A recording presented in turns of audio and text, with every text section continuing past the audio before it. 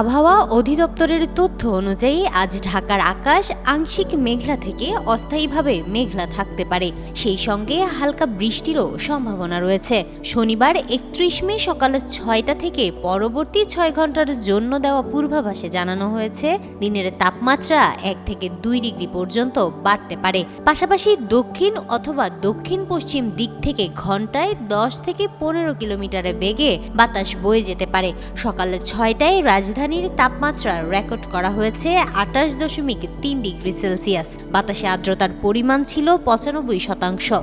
গতকাল সর্বোচ্চ তাপমাত্রা ছিল ২৮.১ ডিগ্রি সেলসিয়াস। এদিকে সারা দেশের পূর্বাভাসে বলা হয়েছে ময়মনসিংহ, ঢাকা, খুলনা, বরিশাল, চট্টগ্রাম ও সিলেট বিভাগের অধিকাংশ এলাকায় এবং রংপুর ও রাজশাহী বিভাগের অনেক জায়গায় অস্থায়ীভাবে দমকা হাওয়া সহ হালকা থেকে মাঝারি ধরনের বজ্রসহ বৃষ্টির সম্ভাবনা রয়েছে।